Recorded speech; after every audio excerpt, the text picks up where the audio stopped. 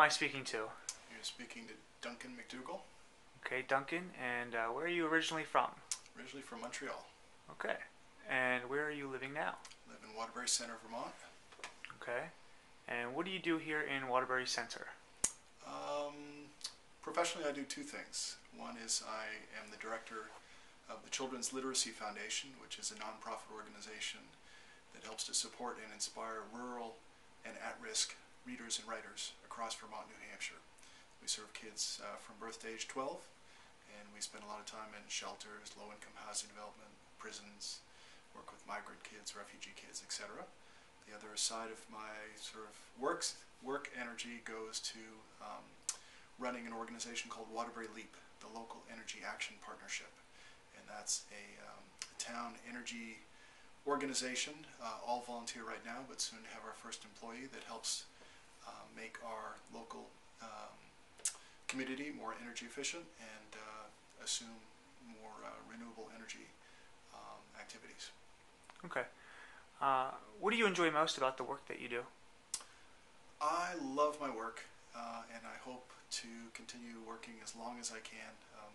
I hope to spend another 15 years doing this, and I love it because I can get immediate gratification. I can really see immediately the impact of what the Children's Literacy Foundation does on the kids that we serve. You know, if you go into a low-income housing development or a homeless shelter, or you work with a group of refugee kids, or you work with low-income parents who are really having challenges, they really appreciate you being there, and they react sort of viscerally and emotionally to the messages that we're providing.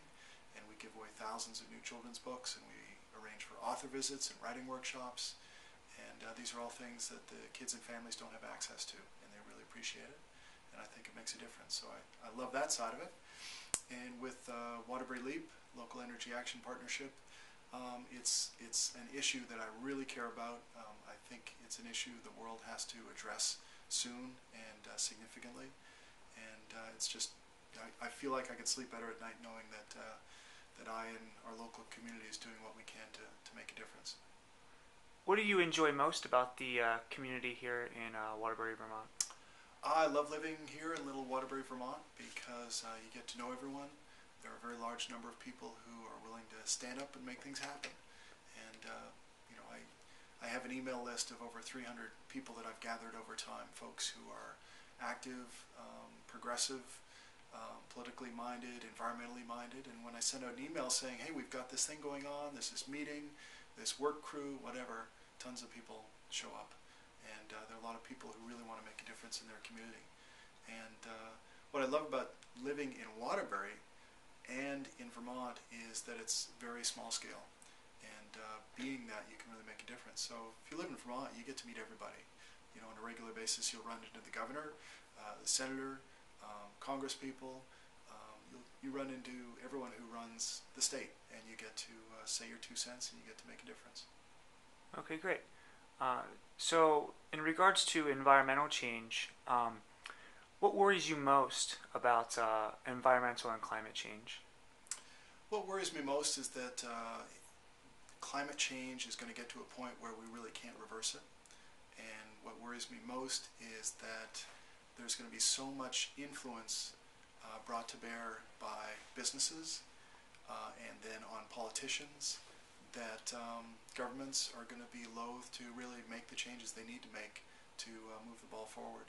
And I think, this is an area that's all new to us, and a lot of the emissions that we're sending off into the atmosphere are going to be around for a long, long time, and we really don't understand the full impacts, but it's pretty clear that the impacts are going to be significant. And I think people tend to look at their short-term interests, and I think politicians and businesses tend to do that too. And it really takes the people to say, this is something we care about. And if the people stand up and make a noise, then things happen. And I truly believe in the idea that if the people will lead, then the leaders will follow. So we got to lead. Great. What types of things do you do in your home as an individual and, of course, as a family to be proactive in essentially taking waste and transforming that into resources? Well, we do a number of things. We obviously could do more, just like most families, but we mulch all our food wastes. We hang up all of our laundry. We hang it in the basement in the wintertime and outside in the summertime. We've switched most of our bulbs to compact fluorescent. We've turned off a water heater much of the time when we're not using it. We sold our 2 cars and now have 2 Toyota Priuses in the parking lot. So when we drive, we're getting a lot better gas mileage, close to 50 miles a gallon.